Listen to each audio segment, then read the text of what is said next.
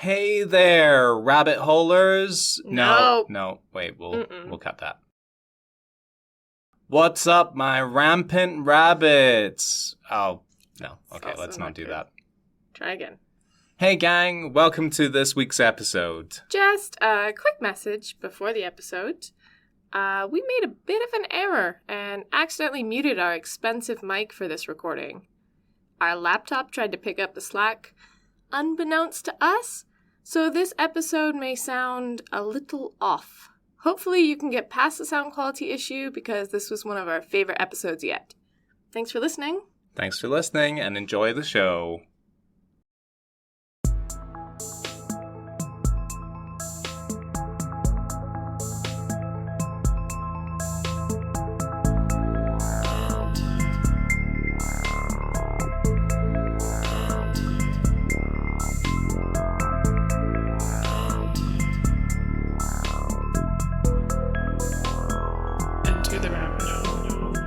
Hello and welcome. I'm Will. And I'm Alisha. This is Enter the Rabbit Hole. Each week we dive into and dissect the weird, the momentous, and the downright interesting.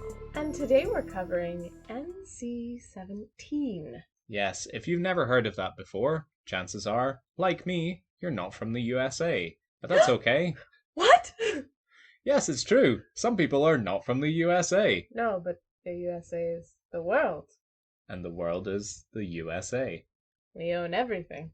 I didn't think we would get this political. That's not even 10 seconds in. I didn't think we would get this political this fast, but here we go. Don't worry if you don't know what it is, because we're going to be telling you all about it today. But before we do that, Alisha, how the heck are you? I'm excellent. Okay, that's good. I just took a 15-minute power nap, and I'm waking up right now on the show. Yeah, you're ready to take on the world. You're ready to roundhouse kick God in the face. Already did that yesterday. Oh, taking names and taking naps. And I'm fine, thank you for asking, I guess. Well, doesn't matter. Because I just had a week off. And yeah, you did. You did. You should be able to hear that from the sound of my voice, because I don't sound like I have been slowly ground into a fine powder over the course of a week.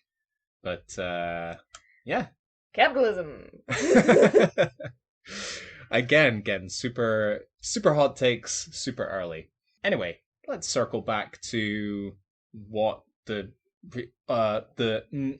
reason we're here. But first, if you're listening, go ahead and follow the show and leave us a review. Good, bad, or ugly. We'd love to hear from you.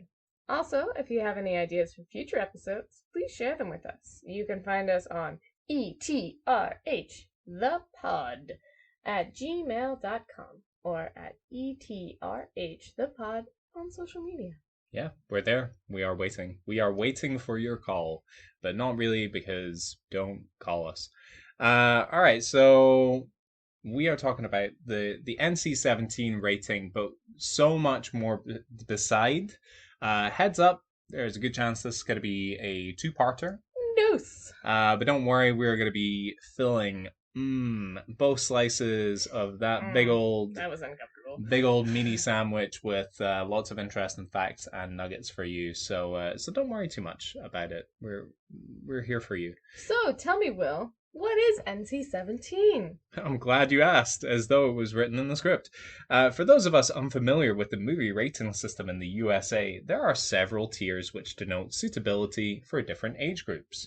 Most of these ratings, in theory at least, mean that depending on the tone or content of a film, you may want to stop and think before taking a child to watch it. Even R-rated movies do not strictly prohibit young viewers from attending them. You, in theory, in order to go to an R-rated movie, you have to go with a parent or guardian, right? Yeah, it's not that hard. Yeah. I've often had you would have a parent like drop you off and like they would come in and buy the tickets. Sometimes the theaters are strict and the parent has to watch the movie with you, but most of the time they will just buy the tickets and be like, yeah, they have my permission, and then like give you the tickets and you just go in. So I think you hit on a really important point there, which is that it is essentially the discretion of the theaters, right? In all cases, I believe apart from the state of Tennessee, which is the only place that has a law in the books strictly making it illegal to go to see a movie an R-rated movie or an NC-17 rated movie if you are under that age. Otherwise, it's company policy. Also, if your friend looks older, then they don't check IDs, really. They're more likely to check your bag for snacks, and not even guns, for snacks that Wow. you're smuggling in.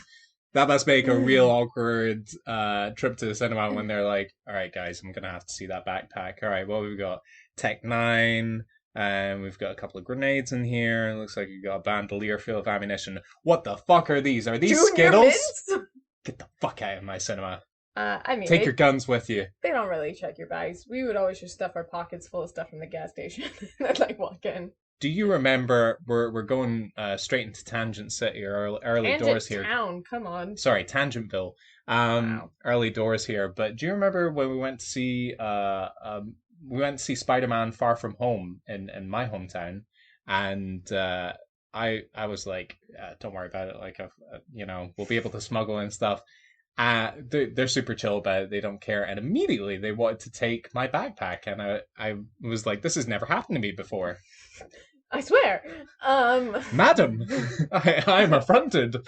They took your backpack, and mine. I had like a small backpack that for your guns. Yes, because I'm American. That like I was using as like a purse because I don't want to have to carry a purse. Also, you're a woman, so you're under the crazy dictatorship of the fashion industry, which dictates no pockets for ladies. That, and I also have to carry a big old inhaler, and I need room for that. Not for her asthma. It's actually just full of some drugs. dank ass weed. But anyway, yeah. They wanted to take mine too, and I had to argue that it was a purse. And also argue, that's where my medicine lives. Yeah, and then I reached into his bag and grabbed the snacks and shoved them into my bag. You're trying to distract her, like, honestly, madam, never in my life have I been so aghast. Get the fucking chocolate in there. You can't had, like, believe a full sandwich you were smuggling. I get snacky. I'm not here to be cross-examined at the anyway. So now you have all these different ratings for suitability, suggested suitability for different age groups. Now, the exception to the rule is the NC-17 rating, which on paper means that absolutely no one under the age of 17 should watch this movie. Again, this is down to the discretion of the theaters in the vast majority of cases. Because if they do, the next thing you know, they'll be out there spray painting cats, huffing Tide Pods, and doing school shoot-em-ups on Tic-Tac. Right? Absolutely. 100%. Yep, direct correlation between stuff you watch and then stuff you go off and do. I mean, there is some correlation. I'm not gonna lie. I should start this out by saying two things, actually.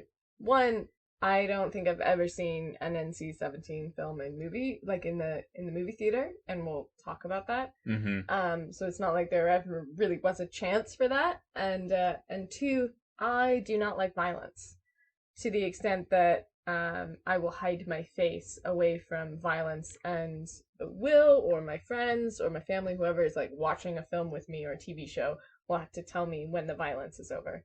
And I know that like most people will be like, what are you, like 6? And I don't get that sentiment. How are you okay with watching someone's head being blown open? I know it's fake, it's not real, but it looks real. It's because we've watched it enough times to become completely desensitized to it. And I haven't. Two things. That number one, that's not only that's not Alicia's only thing that she cannot watch on screen. What is the other thing? Anything that's embarrassing, and not like embarrassing for the character. If the character should feel embarrassed, I feel embarrassed for them, even if they are not embarrassed. And my brother also has the same thing. So we used to sit and watch like a TV show on the couch, and then it would get embarrassing, so we'd both hide our heads behind the big couch pillows and be like, hey, what's up? Just hanging out. It's a bad system. You don't have a buddy to spot you and be like, okay, it's over, which you now have in me. You're welcome.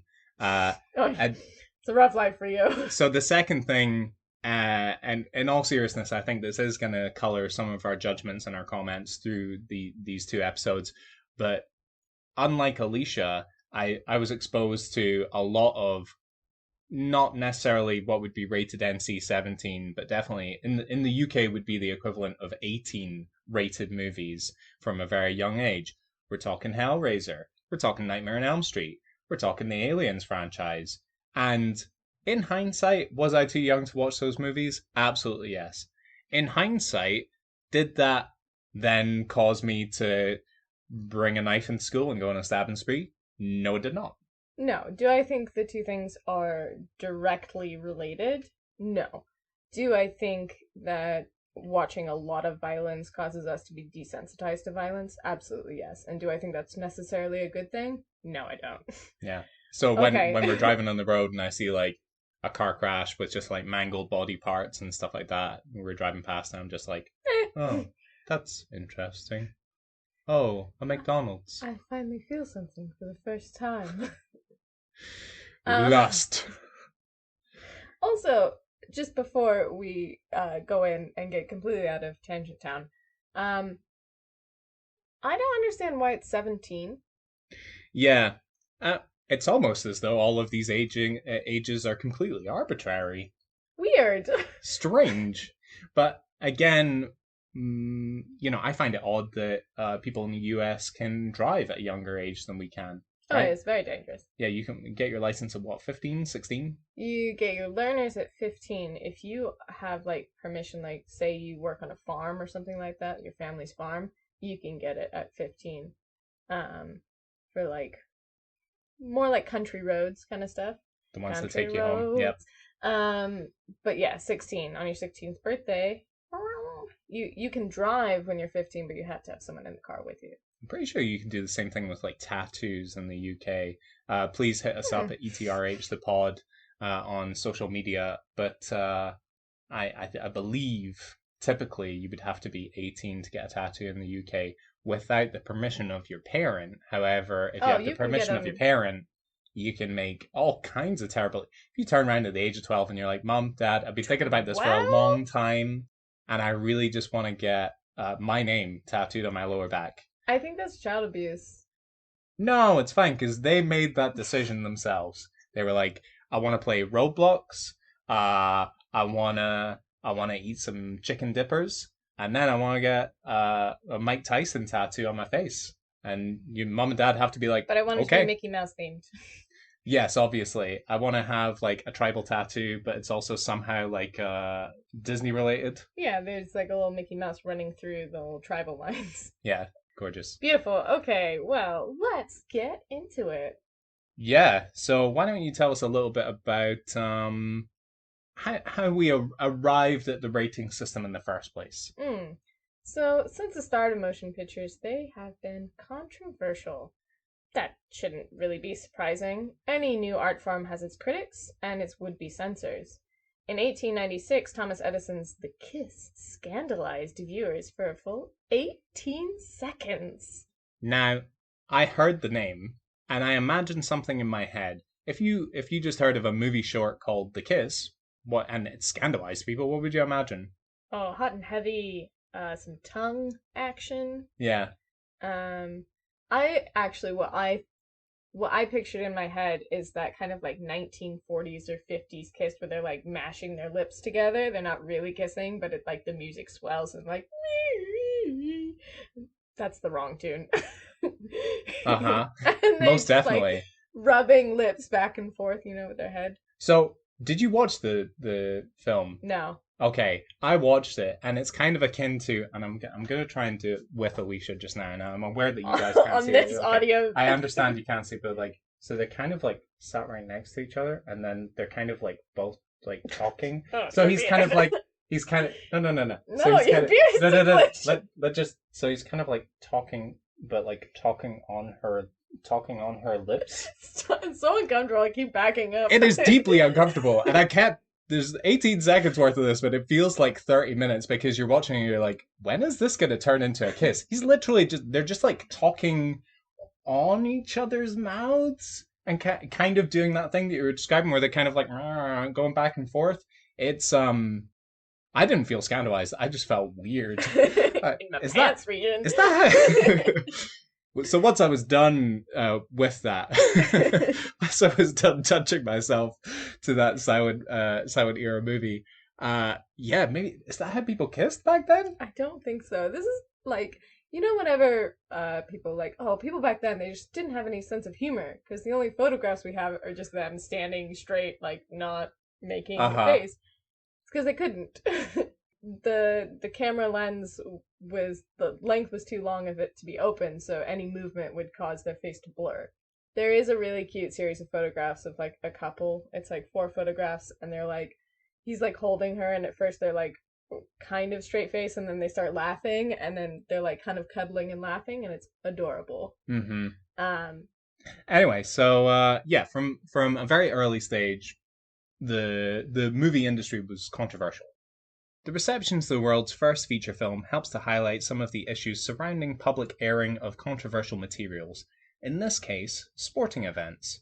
Because, as it turns out, the first feature length movie wasn't a slapstick comedy or a gangster movie, it was a boxing match. In March of 1897, James J. Corbett fought Bob Fitzsimmons in Carson City, Nevada. The movie is reported to have ran over 11,000 feet of film, with a runtime of around 100 minutes. This in of itself makes it an incredible entry into film history at a time when even short film production was incredibly difficult and expensive. However, for die-hard film buffs, that's not the real mark that it left on history. 11,000 feet of it's film. not how high airplanes get to. That's what they were trying to do. They were actually just trying to use the film to lasso Yeah, an airplane. an airplane. It was, All you know, the 1800s. yeah, airplanes. the Wright brothers had gone all the way up there, and they're like, come back down here. That's where the devil lives. So, Wait, what? yeah, I mean, it was a very different time. Mm. They had some real weird ideas. They didn't even know how to kiss. They just talked in each Yeah. other's mouths. So, at this time, prize fighting was illegal in every state except Nevada, but watching a fight outside of Nevada wasn't an issue. So, if you've got like a super big telescope and you're in Utah, I guess, then you're good to go. They can't touch you. Or you could just stand Not in with a 10-foot pole. you could just, presumably, you could just stand at the state line, like in the middle of the desert, and then just like, all right, you fellas go over there, and you just watch two guys beat the shit out of each other. But as long as you're over the state line, you're all good. But it's not illegal in Nevada, so it doesn't matter. Yeah. So it's as long So as you are if you are over either state line, it doesn't matter. right. So okay, right. I've just shown myself a dum dum here. Correct. Now that technology was available that made it possible to record and view a full-length boxing match, the Corbett versus Fitzsimmons match was going on the road. The movie would eventually be shown in 10 cities across the USA over an 11-month period. But when the movie was put on display, 7 states, including New York, decided to issue fines to venues where the fight would be shown. And so this would have been like one original film, right? They wouldn't have been able to make copies at this point. So they're just lugging around like this one film. I don't believe so. I think even if they could make copies at this time, considering the length of this film, it would have been incredibly expensive and time consuming. So yeah, they essentially they took it on tour. It was like they were the Rolling Stones, but you know, More popular. younger. By late 1907, one city decided to take a more hands-on approach to censoring movie viewings. The Chicago City Council handed the power to issue permits to the chief of police, who would view the material and decide whether or not to issue a permit for public viewings in the city's various Nickelodeons. Pink permits were also created to denote movies that were, quote, adult only in nature. So probably lots of talky kissing going on there. And all of this was brought before the Supreme Court, who upheld Chicago's right to issue or deny a movie based on their own moral standards. In 1909, the mayor of New York City ordered 550 movie theaters be closed because of their, quote, reprehensible material. I'm sorry, I stopped listening as soon as you said Nickelodeon. Is that where the name comes from? I presume that's where the name What comes does from. Nickelodeon mean then? I thought it was just like a weird name. So if you separate the two words, I don't know about in the USA, but in the UK, we have a movie chain called the Odeon Cinemas. Okay. Yeah, and if it's a Nickelodeon, Sure, it's a nickel for the... yeah, Oh, okay. yeah. I've never heard the term Odeon. I guess I don't know if that's a derivation of some word that means theater or means cinema. But yeah, it was just like a very early, very, very cheap cinema. Apparently, what happened with these pink slips as well, where you could watch You got each other's cars. adult only movies. That was a Grease reference. Oh, okay. Believe it or not, I've never watched Grease all the way through. It shows. I'm sorry, but so for the same reason that I've never watched Monty Python, the Holy Grail all the way through, right? Because I had never seen it when I was younger, and by the time I got to secondary school, there was a group of people who would just constantly be like, "We are the Knights of Sioni, nee," and just keep that shit up all the time. So they're like, "Why don't you watch this movie?" And I'm like, "Haha, yeah, no." Seems real fun, but now I don't want to. And it was the same with Grease because, and I don't know why it was so insanely popular because that movie came out in like the 1970s, right? Mm-hmm. But we just had like a hardcore group of girls who would like constantly quote the movie, constantly do the songs. They would like even do their hair a little bit like I don't know the name of the gang. Rizzo? Sure. The Pink Ladies. Why not? Yeah. So that in turn was like, I don't really want to watch this now. I feel like I've kind of watched it just hanging out with you guys, so. Where the heck were we? Pink slips. So what ended up happening with these pink slips was they became like a kind of unofficial form of advertising. So it went from, oh, this movie requires a pink slip, I better not watch it, to, oh, pink slip, gotta get a load of this. This movie requires a pink slip. You want one, buddy? Heck yeah. Is the movie just your penis in that box? You're holding it crotch height? Reach into my trench coat. Okay, well, I don't think I want to, sir, but it's been nice meeting you today. Alright, so, New York City, they ordered 550 movie theaters to be closed because of their reprehensible material. This in turn led to the formation of the National Board of Censorship, who would voluntarily re-edit their own materials in order to ensure distribution. This caused aggrievement amongst groups such as Mutual Film Corporation, who grew tired of the ongoing expense of both time and energy needed to secure a movie's release. They argued that their product should be protected under the First Amendment, the right to free speech. So, first off, you've got a board that are calling themselves what they are. They're a board of censorship. Mm-hmm. And they are a voluntary organization, which we might find really odd, but the idea here is that you're going to censor yourself. You're gonna make your own movie more palatable because you want to try to make a profit on your own product. You want to try and get a release. And if it doesn't come up to certain standards, then it's not going to get aired across the country. And also, the Mutual Film Corporation, one of the reasons that they were so intent on getting quick releases is because they were showing newsreels at the beginning of movies. Mm-hmm. So there's no point in showing a newsreel that's a month old because you've had to spend that time re-editing the original movie. So you could see how this would upset a lot of movie producers. Sure. So in 1915, the case of Mutual Film Corp versus Industrial Commission of Ohio was brought before the Supreme Court. 2 years beforehand, Ohio had appointed a board of censors to decide what could and could not be shown in theaters. Mutual argued that not only was their freedom of speech being violated, but their ability to conduct interstate commerce was also being threatened. The court ruled against Mutual. Writing on their decision, Justice McKenna stated, quote, "The exhibition of moving pictures is a business, pure and simple, originated and conducted for profit. Not to be regarded, nor intended to be regarded by the Ohio Constitution, we think, as part of the press of the country, or as organs of public opinion.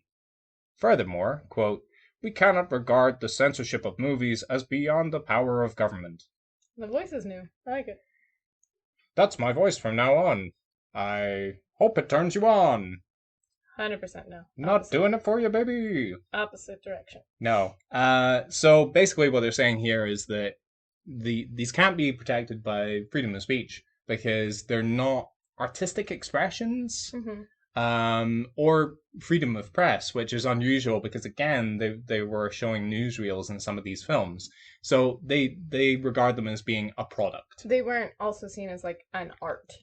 Exactly. That was the real issue, is that art has freedom of speech because, it's subjective, it's an art form, whereas they didn't see movies as an art. So therefore it couldn't have freedom of speech. And this is, I think, a perpetual argument with any relatively new form of technology. We're still having this argument over video games today, ever since, what's his name? The movie critic? Roger Ebert? Roger Ebert came out and said point blank, video games are not art. They will never be art.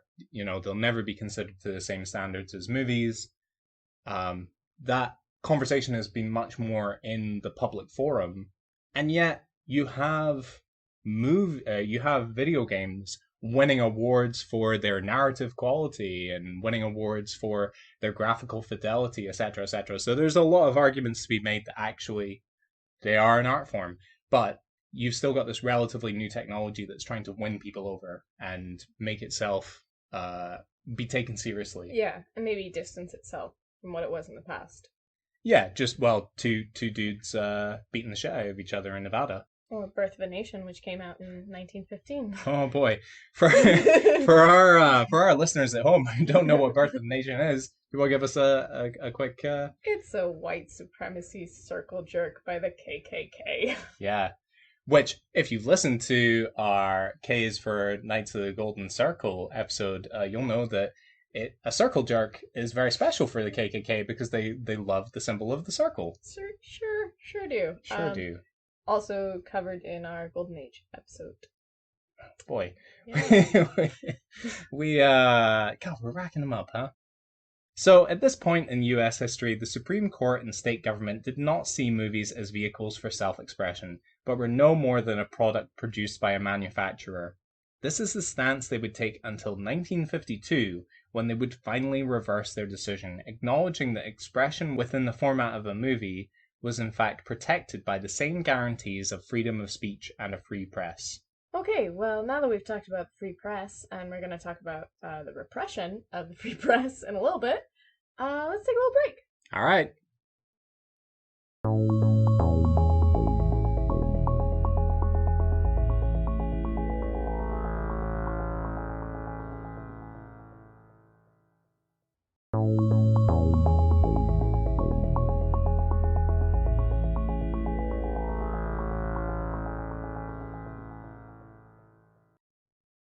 Hello and welcome back. I hope your freedom of speech was not impinged while you were in the bathroom or making a cup of tea, because that would be nightmarish.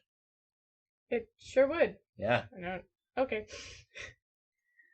Alright, so censorship was not the only thing affecting Hollywood at the time, or this kind of fight for the freedom of speech. There was also a lot of scandal going on, which hurt the box office. And the biggest scandal was the 1921 murder, in quotes, of a young actress by Roscoe Fatty Arbuckle. Mm-hmm. So the trial of Fatty Arbuckle would directly lead to the creation of MPAA ratings. Arbuckle was in a hotel room, and his friend Fred Fitchbach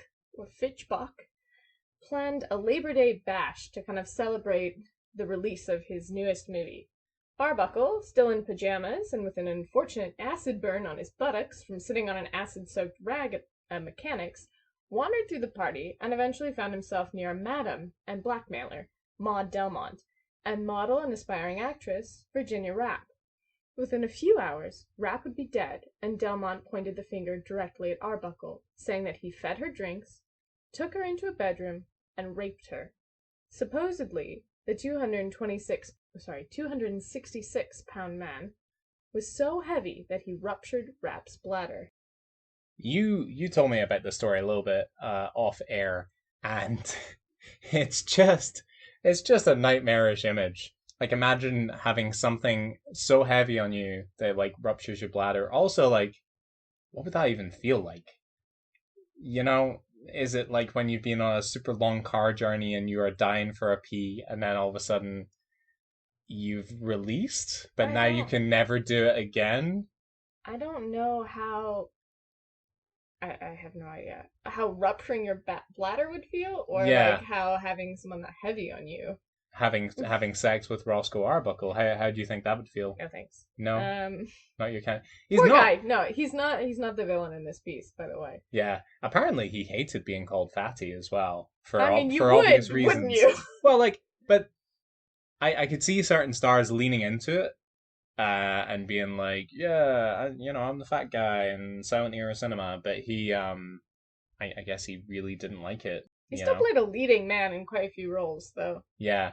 Well, that was back then when you didn't have to look like Chris Pratt or Chris Evans in order to get a Well, role. well, the men didn't. The women had to look like Chris Pratt. Yeah. If only we could go back to that era, am I right? Sorry, I was just reading things about Hollywood starlets earlier, and one was that Audrey Hepburn, her makeup artist, would put mascara on her, and then to achieve the doe-eyed look, would take a safety pin and Nope. no, it's not bad, and individually separate her eyelashes. Uh-huh. So each one had to be separated, and another starlet, I can't remember her name, would soak her eyes in boric acid before Nope. each shoot, so that she would have like a kind It's of not what you misty-eyed look. don't want any kind of acid near my Nope. eyes. Yeah. Okay, so back to poor Finny Arbuckle. Well, don't make fun of him. He's aware that he's overweight. Roscoe Arbuckle. There you go. Okay, so the papers took this story and ran with it. Arbuckle turned himself in. His story was very different. He had some drinks with Rap before she became hysterical and complained she could not breathe and then started to tear off her clothes. He was never alone with her and had witnesses to corroborate. Delmont, remember that madam? She was the prosecution's star witness, even though she built her career on bringing young women to parties, women who would later cry rape, and the men were blackmailed into paying Delmont. So are you saying that there is some kind of pattern here that we should pay attention to? I am saying it's not necessarily a pattern, but that she is a person who can't be trusted. Uh-huh. Uh-huh. She also sent a telegram to two attorneys saying, "We have Roscoe Arbuckle in a hole here, chance to make some money out of him." So she's an all-around stand-up lady. But it's a telegram, so you gotta say, we have Roscoe Arbuckle. Stop. In a hole here. Stop. Chance to make. Stop. Some. Stop. Money out of. Stop. Too many stops. Him. Stop. Too many stops. Stop. Perfect. I'll stop. Okay, so it took Arbuckle 3 trials. Basically, each time the jury was hung and it was a mistrial. The first was 10-2 in favor of acquittal, then 10-2 in favor of conviction, and by the third, he finally got acquitted. The issue here was that Rapp actually had a chronic bladder condition, and an autopsy showed that there were no marks on her or signs of sexual assault. This was thrown out of the trials in the beginning. I'm not really sure why. They kind of claimed, because this was like the autopsy had these notes, and they were just like, "You're not an expert," and like got rid of the I wonder at what stage did they start taking autopsies and seriously. medical. I mean, Not even today. they knew that the Earth revolved around the sun. Wait, are you crazy? No, everybody respects science Okay. and the consensus of a group of scientists. But I seriously, I wonder if this was during the era when the jury would have been like, autopsy? What's an autopsy? I don't know. But during, I think they would have taken witnesses more seriously than like an autopsy. So during the first 2 trials, Arbuckle refused to allow a witness to come forward to speak to Rapp's character, as he didn't want to speak ill of the dead. Finally, he had no choice. The witnesses testified that Rapp had suffered previous abdominal attacks, drank heavily, and often disrobed at parties after doing so, was promiscuous, and had an illegitimate daughter. I don't know why those last two things matter, but, I mean, I know why they matter at the time period, but... sure, okay, so, let's face it, we are still living through the era where you can't mention rape in a court of law without, or in the media without people immediately being like, but what was she wearing? Where was she? How drunk was she? Did she have long hair? That's what they used to tell us girls when we were growing up, is that if you had long hair, you were more likely to be raped. What? Because they can grab your hair. I think... There's a lot of onus on the woman to make herself rape-proof. Like the governor of Texas, I imagine that a lot of people think that rapists are just stalking through the community wearing trench coats and a big t-shirt saying, I'm a rapist, question mark. And the scary truth is that could be anyone. It's most likely somebody that you know. Exactly. All right, well... Well, after spending... She wasn't raped in this instance. I can't speak to the past. After spending $700,000 on legal fees and the death of his career, Arbuckle was finally acquitted in 1922. According to the Smithsonian, 1 week later, William Hayes, whom the motion picture industry hired as a censor to restore its image, banned Fatty Arbuckle from appearing on screen. Hayes would later change his mind 8 months later, but the damage was done.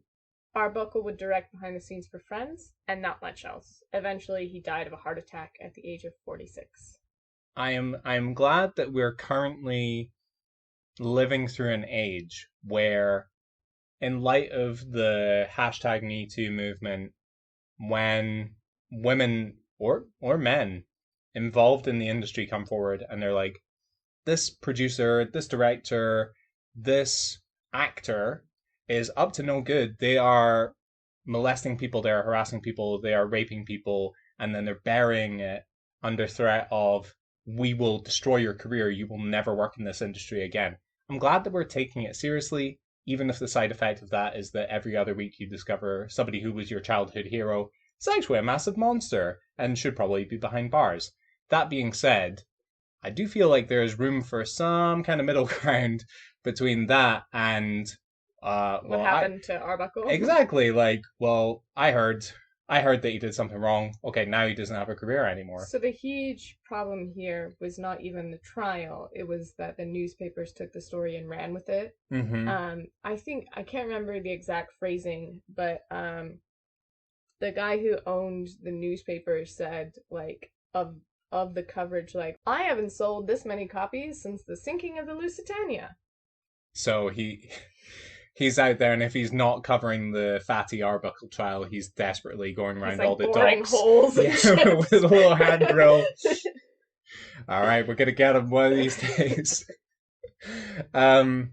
Yeah, I mean, this sounds like a horrible thing to have happened. So what you're saying is that this led directly to the birth of the Hays Code. Yeah. Basically, there were all of these starlets and stars who were getting scandals. There were so many scandals about drug use. I think there was a director who was bisexual. Oh my goodness. Oh my goodness. And was caught in a compromising situation. There was this trial, which was trial of the century kind of thing. And so all of the coverage that Hollywood was taking at the time was negative. And they're like, we really got to change our image. Otherwise, what they were afraid of was not that people would stop watching movies, but that the government would come in and start censoring the films. Okay. And you can see that fear even to this day, this idea that there are only two options: self-censorship via an appointed board or committee, or the government will immediately come in and start saying what you can and cannot show. We'll talk about later why that might not be such a bad thing. Yeah, and I guess I have wondered, I mean, we'll talk about this a little bit later on, but at this stage, I don't know if people already have a healthy dose of fear regarding Bolshevism and communism. So the idea that, a state could come in and completely throttle people's artistic expression and freedom of speech. I don't know if that is currently at play. I'm not sure. I think there's absolutely the fear of government control. I don't know how much of that is weighed like, how much communism is weighing in on that, but there is and always has been a culture of fear in the US around the government having too much control. Yeah. Like saying what you can and cannot put in your movies, or what Or you can and universal cannot, health like, care, wear or. on your face when you go out in public, for example. So tell me a bit more about this Hays Code. Okay, so the public was outraged. There were wanton women left and right, actors doing drugs, and Fatty Arbuckle had murdered a woman. He didn't. I don't want, I don't want anybody coming back at me for slander. Of this man who's been dead for many, many years. I think you'll be okay. Slander is written, libel is spoken. Libel. Yes. Religious leaders were forming local censorship boards to chop up films to suit their communities, and others were calling for government censorship. At this point in time, movies were not protected under free speech, which we were talking about, and the last thing studios wanted was to be beholden to government censorship. So in 1930, the studios, under former Postmaster General Will Hays, they came up with a list of 36 self-imposed don'ts and be carefuls. Hays had previously been a chairman of the Republican National Committee before stepping into the role of chairman of the Motion Picture Producers and Distributors of America, the mandate of which was that no picture shall be produced that shall lower the moral standards of those who see it. That's a new voice. I thought I'd try something out. No, it's great. However, there was no enforcement and no penalties for producers who did not adhere to these guidelines. This wasn't good enough for the scandalized American public. Yeah, they're out for blood at this stage. They need those movies chopped and changed. So part of the issue is that they would just send these movies out to theaters, and before they went into the theaters, local communities would take the film, chop it up to their standard, and then show it in the film. So there were all these different versions of the film being shown across the country, and none of it was something that the filmmaker actually wanted to be shown. I wonder if they ever handed it off to the one guy in the community that they were The like... perv. I was going to say the one guy in the community who's hardy, like, give it to Harry. Harry, you draw pictures, right? And he's like, I don't know. It's like, yeah, you can be in charge of this. Here's a pair of scissors. But, yeah, let's give it to the perv. And you just end up with like Where a bunch are of... these extra films coming from? Is that my window? Is that my wife? Yeah, that'd be great. Now with an extra 16 minutes of bonus footage. Wait, what? I didn't approve that. I hate it. Well, it's already on, so we might as well watch it. Okay, so part of the issue here is that they believe that Hays kind of caused this outrage so that he could take control. So he was stoking the fires and was like, they're so outraged, we must do something. That's sort of Mrs. Doubtfire sort of scenario.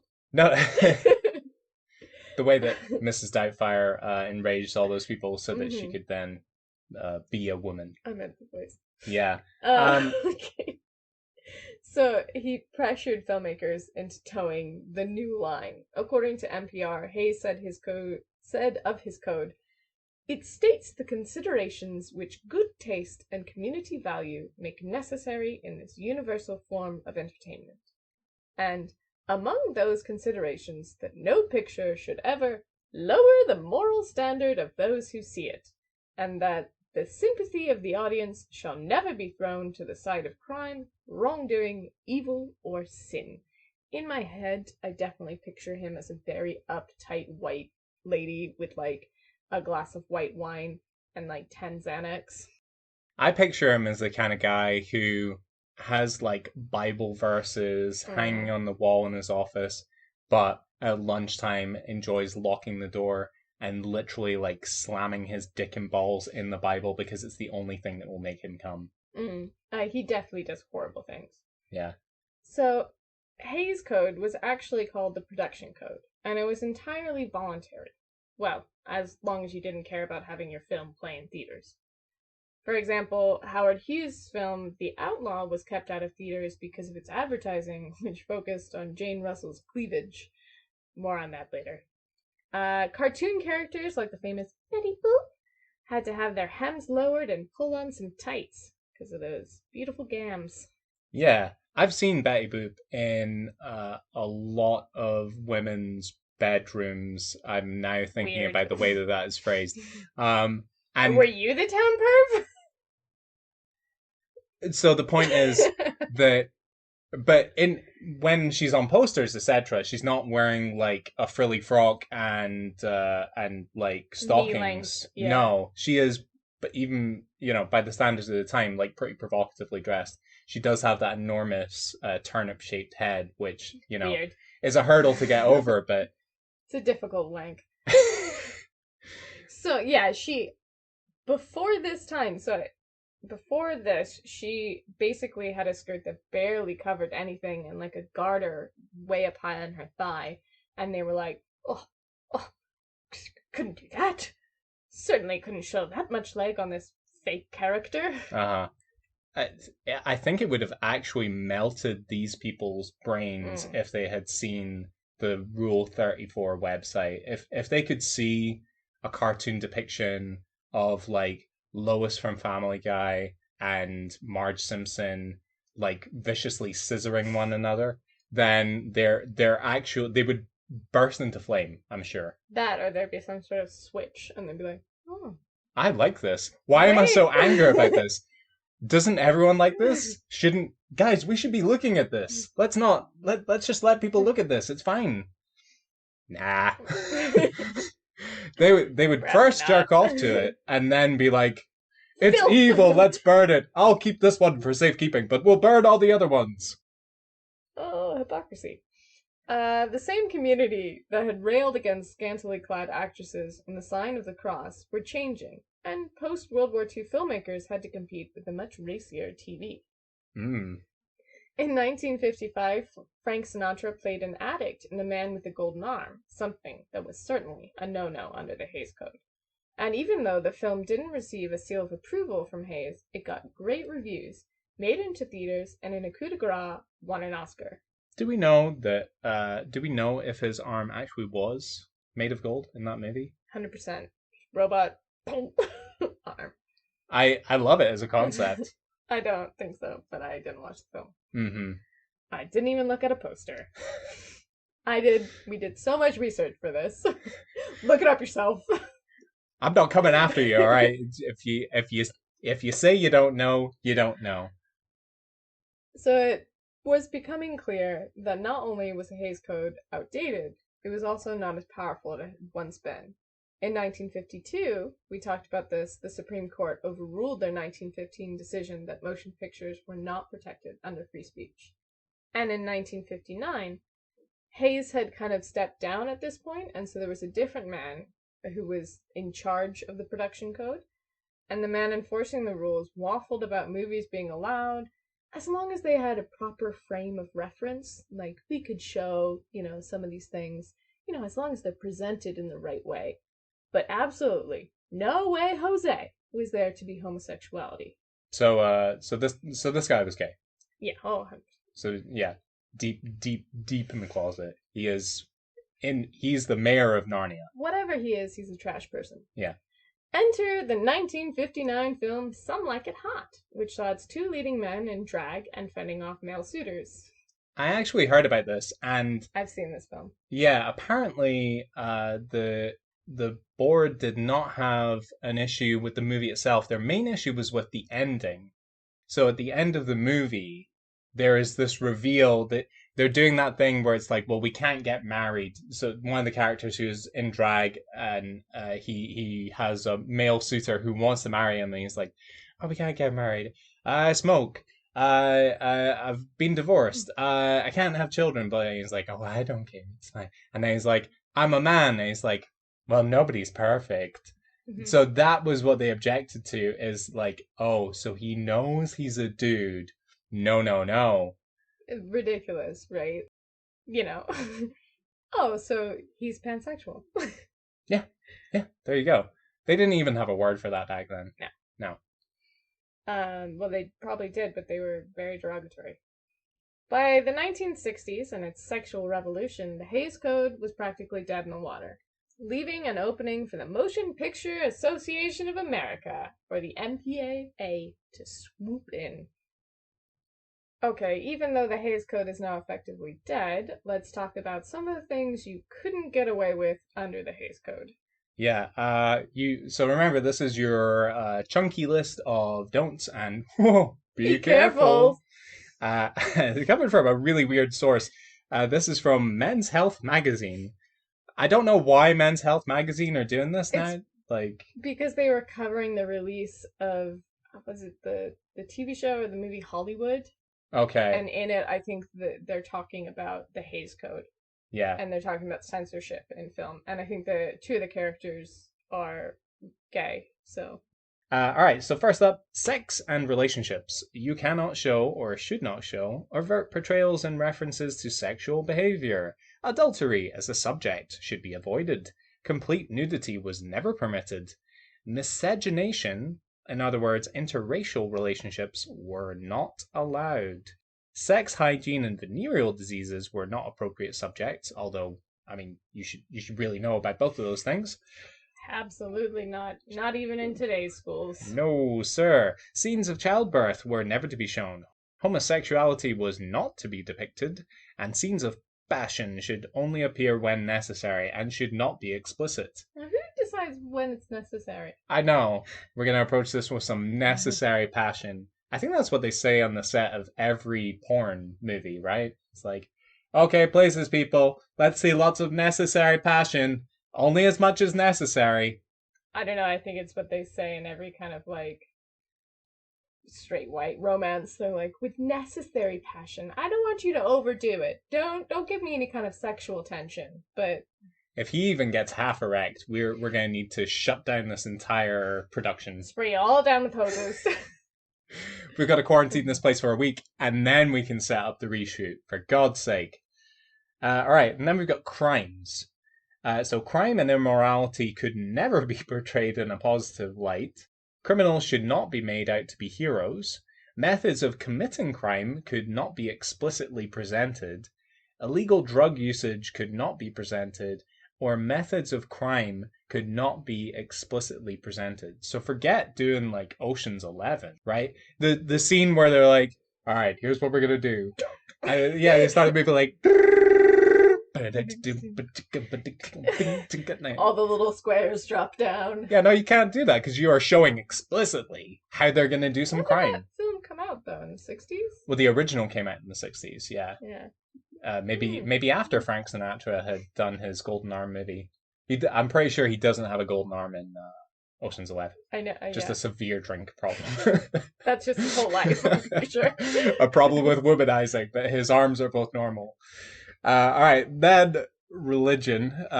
So brace yourself. Ridicule of the clergy was not allowed. Religion could never be depicted in a mocking manner, so like we're doing right now. Words like God, Lord, Jesus, Christ, hell, and damn could not be used unless it was in connection with religious ceremonies.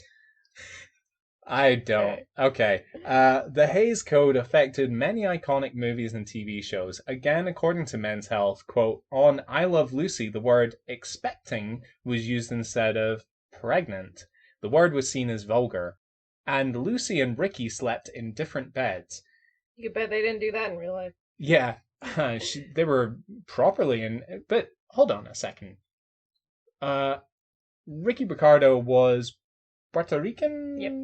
So doesn't that technically count as miscegenation? Because, I mean, that even today does not count as quote-unquote white, right? I guess. I don't know. I don't know why they were allowed to. All right, so early doors, you can see that even though you've got a very definitive list of rules, these rules can be ignored when appropriate. When it's popular. Sure, exactly, 100%. And this is not an argument for upholding every single one of these rules. Of course, you should be able to show people having an interracial relationship because that's something that happens every day in the real world. But why have some rules that they adhere to so strictly, like an inability to show homosexuality on screen, and others where it's like, whatever. I think the key here was that Lucille Ball already had pull in the industry, Mm-hmm. so people wanted to see her on screen. Mm-hmm.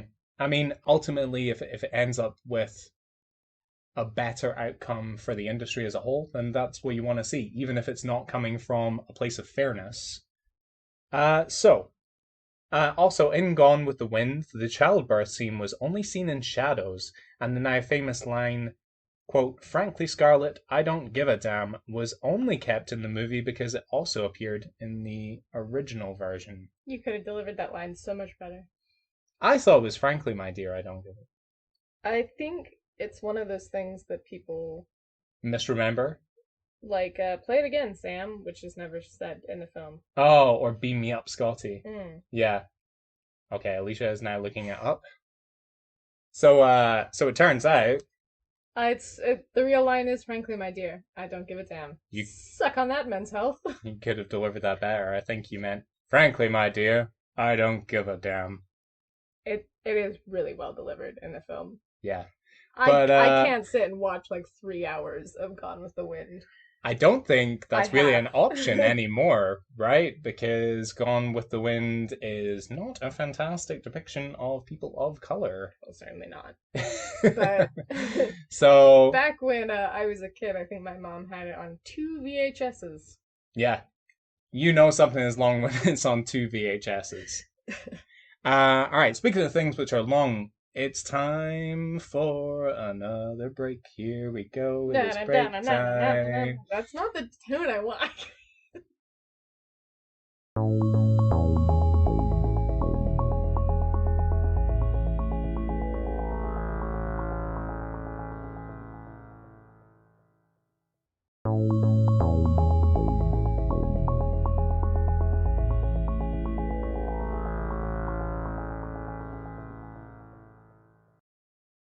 And we're back.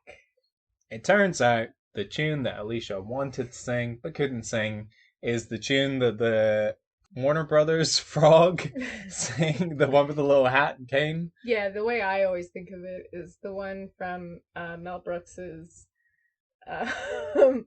spoof movie where the alien comes out and he Oh, Spaceballs. Spaceballs. Oh, The okay. alien comes out at the diner. It's Ah. doing a spoof on the frog. Reference within a reference. Yeah.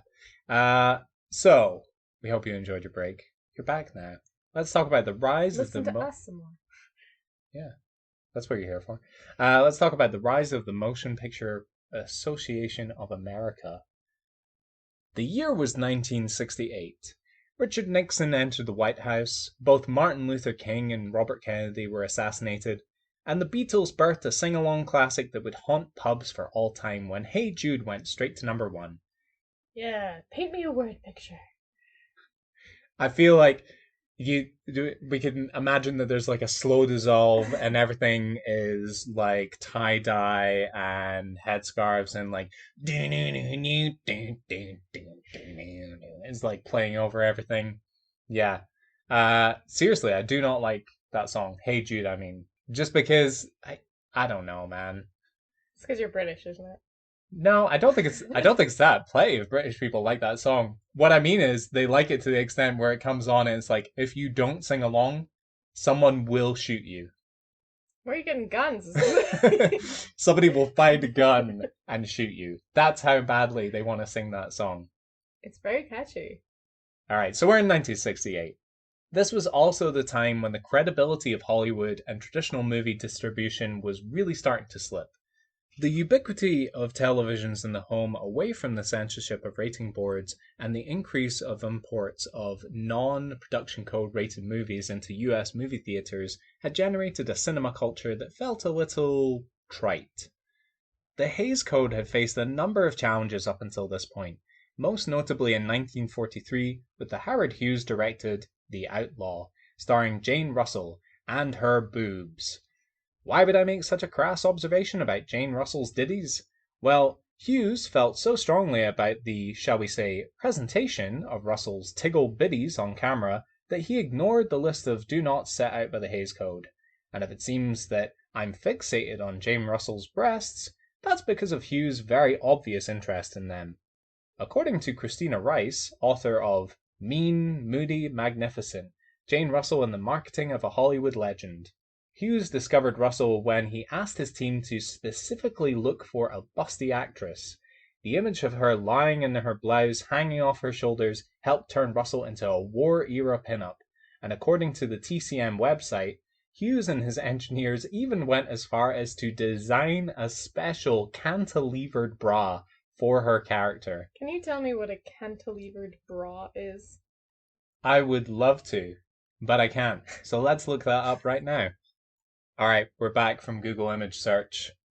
Okay, it looks like basically it's a bra that has dual straps, like one's like halter neck behind the neck, and the halter neck hooks into the band to kind of like extra push up the boobs. It kind of looks like a torture device, if I'm being honest. All bras are torture devices if you have to wear them long enough, but this especially. Yeah.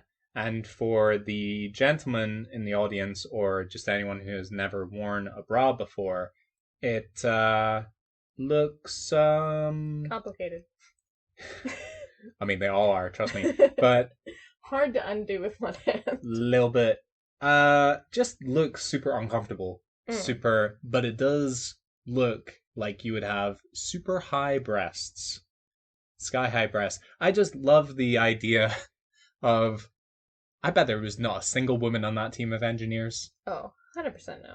And they're sat there like late into the night, like chain smoking and drinking cup after cup of coffee, and they're like, God damn it, boys, we gotta crack this.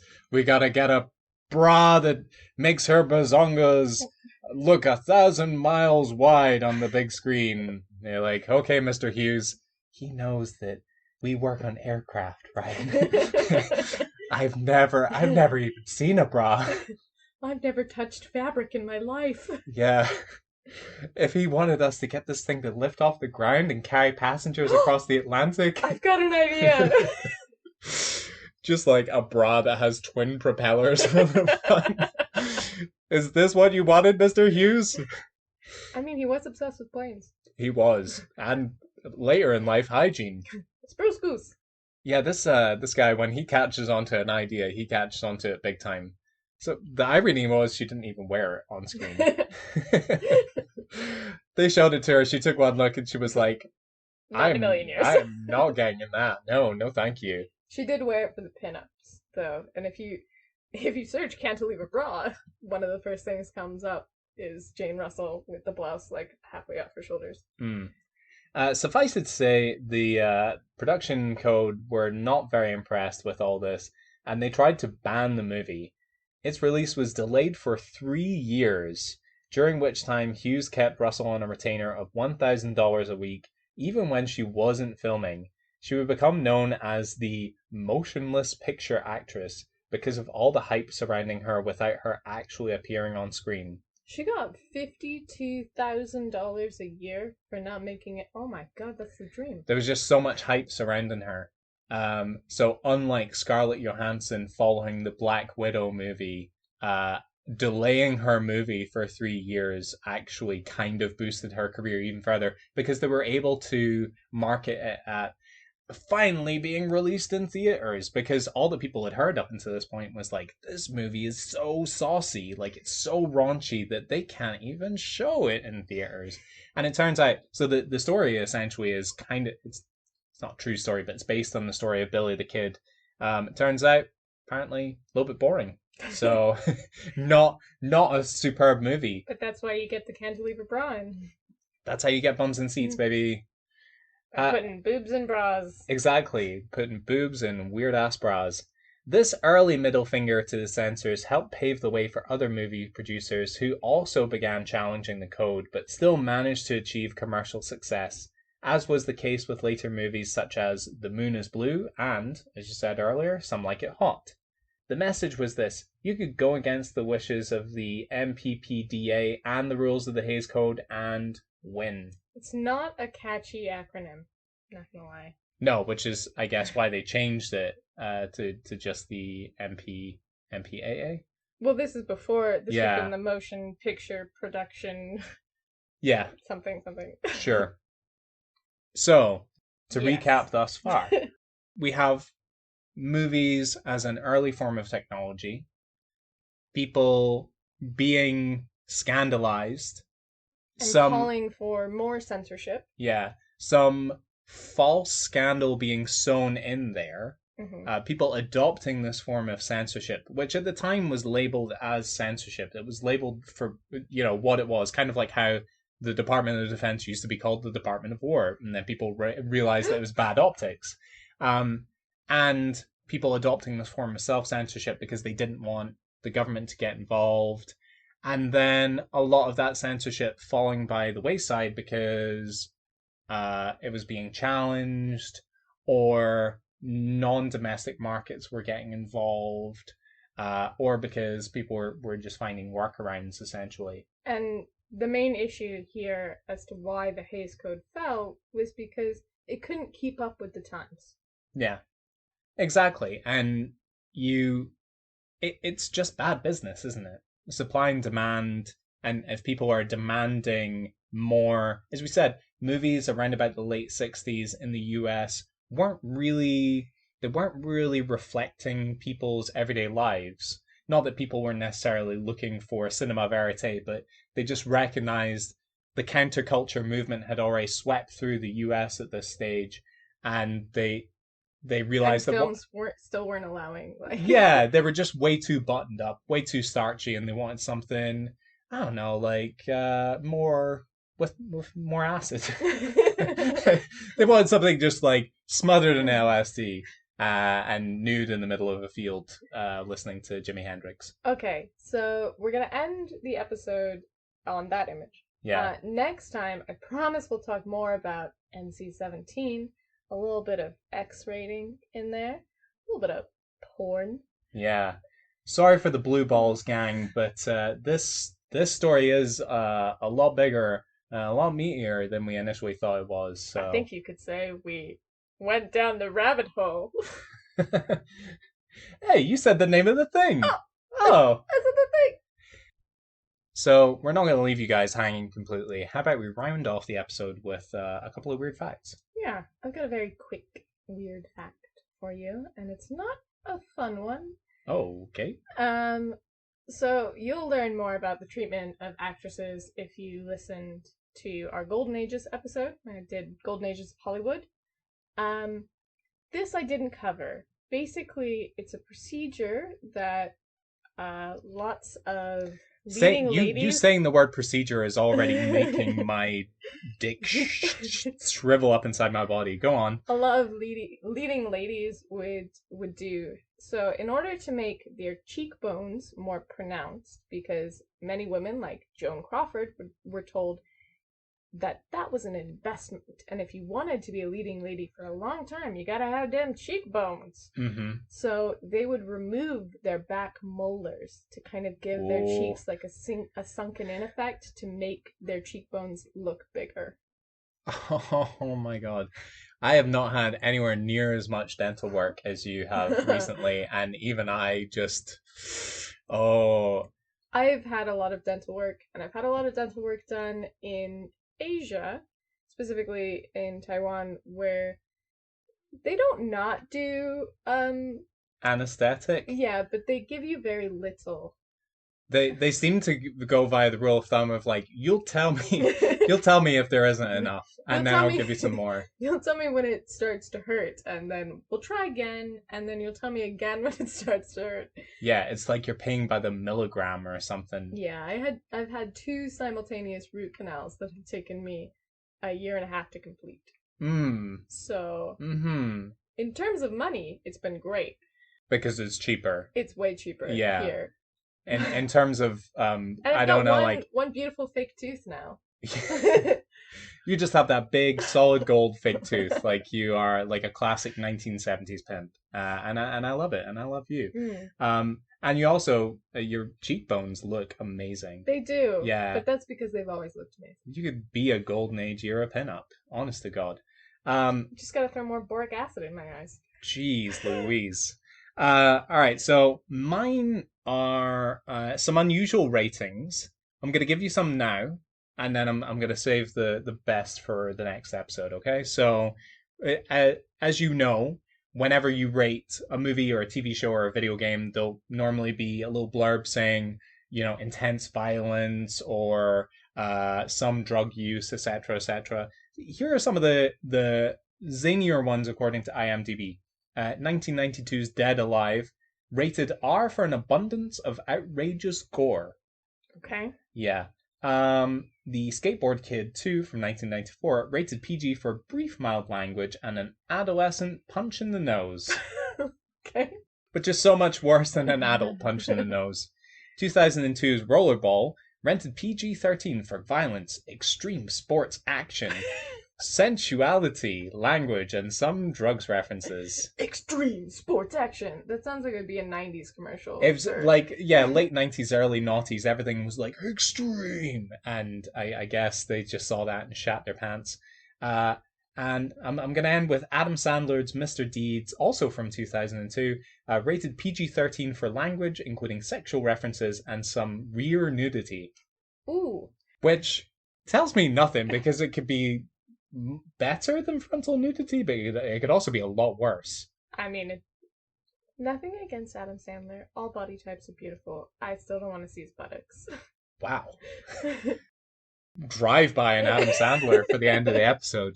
Alright guys, we hope you've enjoyed today's episode. Thank you so much for listening. If you've liked the show, please give us a like, give us a follow, and leave a review.